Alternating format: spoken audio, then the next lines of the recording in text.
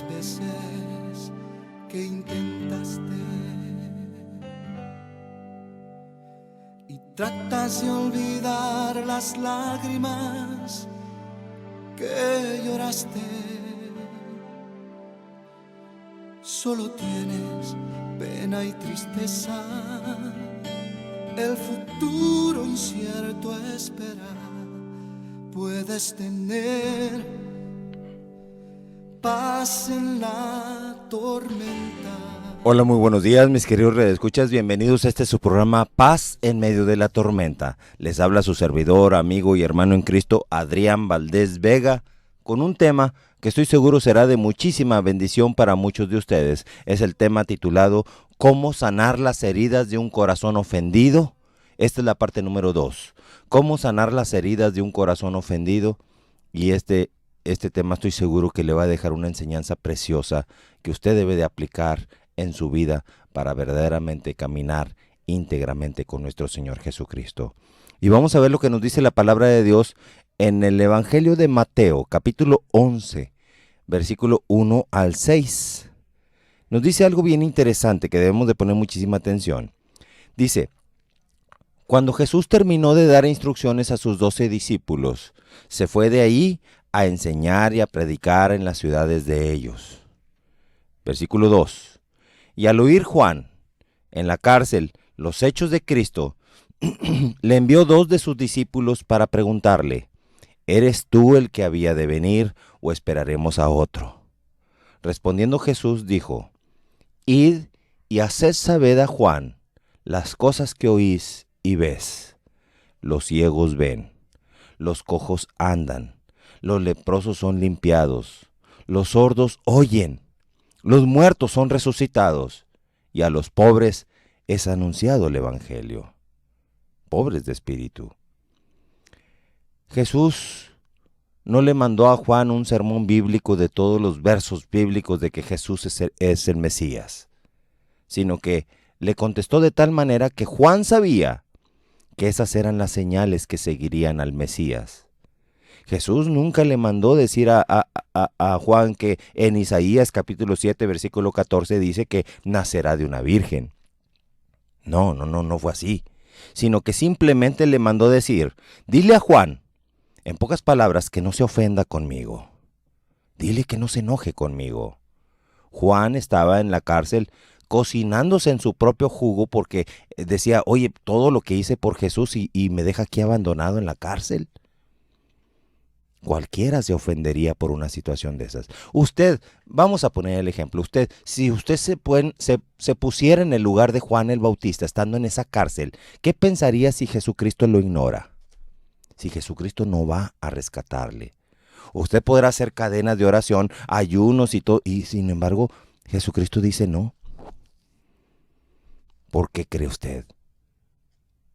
Es bien importante que usted lo entienda, mi querido escucha, que todo aquel que quiera salvar su vida la va a perder. Hay muchos que por miedo ahí están haciendo oraciones y ayunos queriendo salvar su vida, cuando dice el mismo Jesucristo que todo aquel que quiera salvar su vida la perderá, pero todo aquel que quiera salvar su vida por causa de Jesucristo y por el Evangelio, ese será salvo.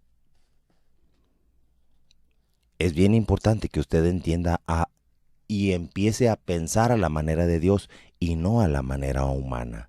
Usted tiene que trabajar con la lógica de Dios y no con la lógica de usted. Observe cómo todas las respuestas de Jesús tienen que ver con milagros. Y entre los milagros no menciona prosperidad económica. ¿Se da cuenta de eso? Hay mucho cristiano hoy en día afanado por la prosperidad económica. Jesucristo nunca le dijo a Juan: allá los ciegos ven, los cojos andan, los leprosos son limpiados y los pobres son ricos. Nunca dijo eso. Muchas veces el cristiano está caminando en una dimensión contraria a la de Jesucristo y por eso es que muchas oraciones no son contestadas. Porque para Jesús es más fácil que pase el camello por el ojo de una aguja que un rico en el reino de los cielos.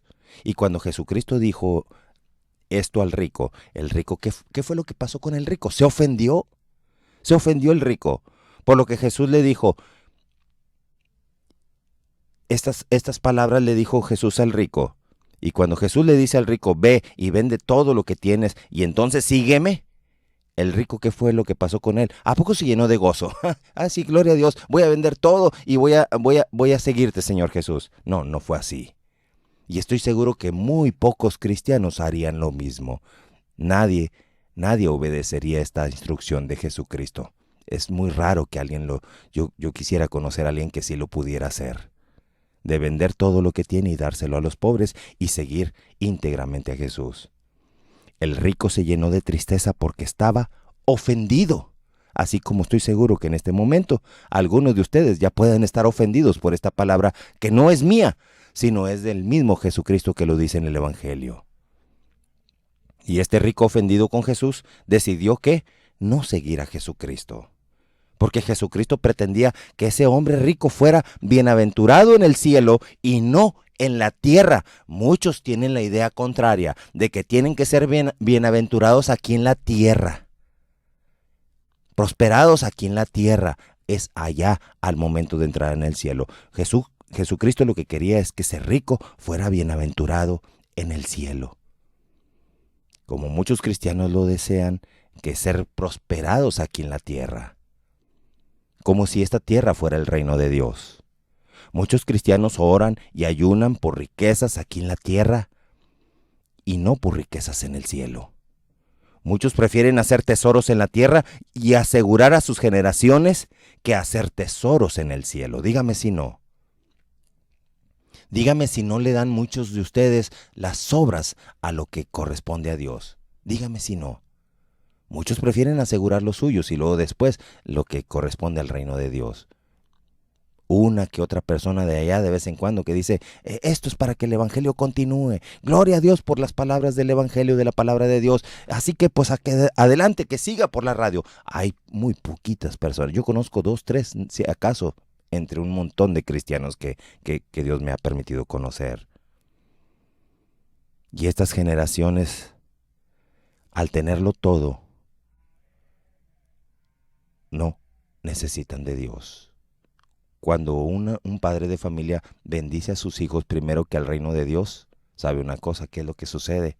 Estos hijos dicen, ya tengo todo, ya no necesito a Dios. Y muchos padres son los culpables de esta maldición, que muchos padres dejan a sus hijos esos tesoros por burlarse de Dios al dejar las obras para hacer los tesoros en el cielo. Muchos con este mensaje quizá ya se están ofendiendo, pero es una realidad. Al igual que Juan el Bautista con Jesucristo, Jesucristo les contesta a todos ustedes lo mismo que le contestó a Juan el Bautista en Mateo capítulo 11, versículo 6. Dile a Juan, así como en este caso Jesucristo les dice a todos ustedes, escuchen ustedes esto, que bienaventurado el que no halle tropiezo en mí. O sea, Jesucristo nos dice a todos nosotros, bienaventurado el que no se ofenda conmigo. El rico terminó ofendido. Juan el Bautista estaba ofendido en la cárcel. Mandó preguntar, pregúntenle si es el que habría de venir o esperaremos a otro. Oye, es toda la señal de una duda y una ofensa hacia Jesucristo. Es bien importante, mi querido escuchar, que usted entienda a aprender cómo usar la lógica de Dios. Créame, mi amado redescucha, que en todas las iglesias hay mucha gente que vive en una vida con algún tipo de ofensa, con algún resentimiento, con algún tipo de tristeza o malestar. Aún cristianos en depresión. Hay mucho cristiano resentido con Dios. Pues si el profeta más grande reconocido por Jesucristo mismo, que decía que no ha habido profeta más grande que Juan, y este Juan, siendo el profeta más grande, se ofendió con Jesucristo, con mayor razón nosotros estamos expuestos a sentirnos ofendidos por Jesús, cuando Jesús ordena algo y no lo queremos hacer. ¿Por qué Judas traicionó a Jesús? ¿Por qué cree usted que Judas traicionó a Jesús? Porque Judas dijo, me voy a ganar a Jesús y este Jesús me va a ser alcalde de Jerusalén seguramente, imagínese. Muchos usan a Jesucristo, muchos son cristianos para ver qué beneficio sacan para sí aquí en la tierra a través de Jesucristo. Dígame si no. Muchos quieren hacer de Jesucristo un milagrero en vez de un poderoso Hijo de Dios que lo saque usted en victoria cada vez que usted tenga una adversidad. Muchos ven a Jesucristo como un milagrero, y no es eso. Muchos tienen la esperanza puesta en que con Jesucristo aquí en la tierra sean bendecidos y sean levantados y sean, no sé, mil cosas. Y no es así, mi querido escucha. Jesucristo es la puerta para que usted tenga la salvación. Allá en el cielo. Allá es. Pregúntele a todos los discípulos de Jesús por qué murieron entonces por causa de Jesús. Unos decapitados, otros crucificados al revés, otros envenenados, otros apuñalados. Muchas personas pueden decir, yo para eso necesito a Jesucristo. Judas también lo pensó de esta manera. O quizá Judas pensó que podía usar a Jesucristo para pelear contra los romanos, o quizá hacer una alianza con los fariseos de ese tiempo, y cuando a Judas no le resulta su plan, decide traicionar a Jesucristo. Es esto lo mismo que hacen muchos Judas en la iglesia de hoy, que cuando Jesucristo no contesta las oraciones, muchos deciden apartarse de Dios y volver al mundo, o lo típico, aquellos con un pie en Cristo y otro pie en el mundo. ¿Se ha dado cuenta que hay muchas personas así, con un pie en Cristo y otro pie en el mundo? En muchas iglesias existe gente que se ofendió porque el pastor no los toma en cuenta para servir a la iglesia. Y esto es un pensamiento mediocre. Muchos van a la iglesia esperando que el pastor los tome en cuenta para servir en la misma iglesia, en vez de salir de la iglesia y servir allá afuera, donde la mies es mucha y los obreros son pocos. Muchos deciden apartarse de Dios por esta razón. El pastor no los toma en cuenta para servir en la iglesia, y esto es un pensamiento mediocre, porque usted no depende del pastor, mi querido reescucha. Usted no depende del pastor para evangelizar a tanta gente afuera de la iglesia. Y usted no depende del pastor para ir a sanar enfermos en el nombre de Jesús. Usted no depende del pastor para ir a los hospitales o a las cárceles. Usted no depende del pastor para echar fuera un demonio en el nombre de Jesús. Usted no depende de ningún ser humano. Usted depende solamente de la unción del Espíritu Santo para extender el santo reino de Dios allá afuera y no encerrado en el círculo de su iglesia.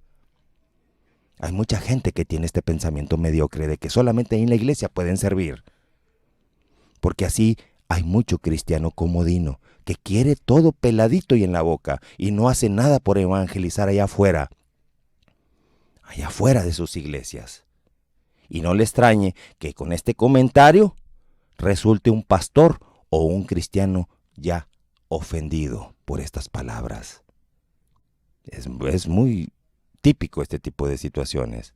Pues la palabra de Dios dice que los obreros son pocos y la mies es mucha. Y allá afuera de la iglesia hay mucha mies esperando que usted deje de idolatrar a su pastor. Que usted empiece a enamorarse más de Jesucristo que de su pastor. Porque allá afuera de su iglesia hay mucha mies esperando ser evangelizada. Pero la mayor parte de los cristianos prefieren quedarse sentados en su banca de la iglesia, confortables con su clima. Usted ya debe de salir de ese borreguismo, mi querido reescucha. Usted debe de levantarse, junte a sus vecinos, a sus amigos, a sus compañeros de trabajo. Enséñeles todo lo que Jesucristo le ha enseñado a usted por la unción del Espíritu Santo. Pues sin la unción del Espíritu Santo, usted nunca va a poder hacer nada. Así que usted, mi amado reescucha, no permita que nada le ofenda. Y cada vez que alguien le ofenda, usted responda con bendición para que usted pueda vencer sobre toda ofensa. Usted debe saber varios principios de la ofensa. Ahí les voy a decir primero algunos principios. En primer lugar, estamos nosotros en un mundo caído. En este mundo caído en que vivimos, las ofensas ¿son qué? Son inevitables. Así usted viva metido en la iglesia, siempre va a haber alguien o algo que le ofenda a usted. Siempre. Y Jesucristo advirtió a sus discípulos, como yo lo hago a usted, en el Evangelio de Lucas capítulo 17, versículo 1. Jesús dijo a sus discípulos, imposible es que no vengan tropiezos. O sea que donde quiera que usted ande, ya sea en su casa, en su trabajo, en la iglesia, aún entre esposos habrá tropiezos entre sí. Porque así lo dijo Jesucristo. Y si Jesucristo dice que es imposible que no vengan tropiezos, entonces nosotros debemos aprender a lidiar con los tropiezos. No nos queda otra, mi querido escucha, que nosotros aprendamos a sobrellevar y a lidiar con esos tropiezos. Pero la insensatez de muchos cristianos les hace pensar: dejo esta iglesia, mejor me voy a otra, sentarme allá a otro lado donde nadie me esté molestando, o donde alguien me pueda tomar en cuenta. Uy, hay mucho cristiano así, créame. Muchas personas en el matrimonio dicen: dejo este matrimonio y mejor me consigo otra persona. Mejor me caso por allá con otra persona. En vez de perdonar, prefiero resentirme. En vez de apoyar, primero yo y luego después yo. Y después seguiré siendo yo. Así es el pensamiento de muchas personas. O sea que hay mucha inestabilidad en muchos cristianos, mi querido escucha. Son hijos de Dios, pero muy inestables. Y esto ocasiona a cristianos convertidos en tropezadero para otros. Pues ha habido que el papá y los hijos están siendo bendecidos en una iglesia, pero de pronto, ¿no le ha pasado esto? Que cuando está el papá y los hijos en una iglesia recibiendo una palabra de Dios poderosa, pero de pronto la esposa empieza a ver moros con trenchete en la iglesia y la esposa le dice al esposo: vámonos de aquí, ya no me siento a gusto en esta iglesia. Nada más porque la esposa se imaginó algo por ahí.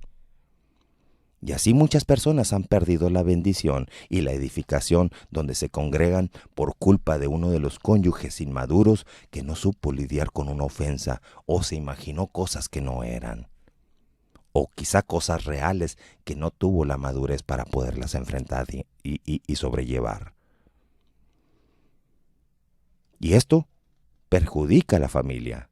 Si hay un integrante de su familia inmaduro espiritualmente, va a perjudicar al resto de la familia.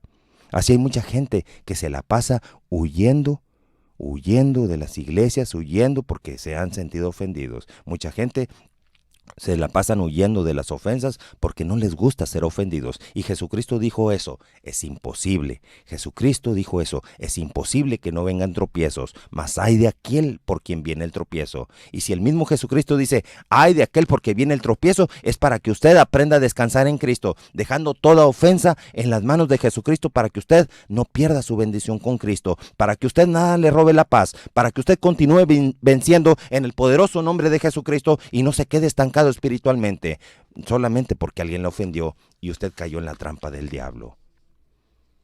El próximo martes les voy a enseñar a usted el segundo principio de las ofensas, que dice que todos ofendemos de palabra o de hecho. Y vamos a ver lo que nos dice la palabra de Dios ese próximo martes. Voy a continuar con la parte número 3. Estoy seguro que será de mucha bendición para muchos de ustedes. Santísimo Señor, en el nombre poderoso de tu Hijo Jesucristo, te ruego que tú bendigas a todos y a cada uno de mis radioescuchas. Quita ese espíritu de resentimiento, de ese espíritu de enojo, de falta de perdón en todos mis radioescuchas, y cámbialos por tu bendición. En el nombre poderoso de tu Hijo Jesucristo te lo ruego. Amén.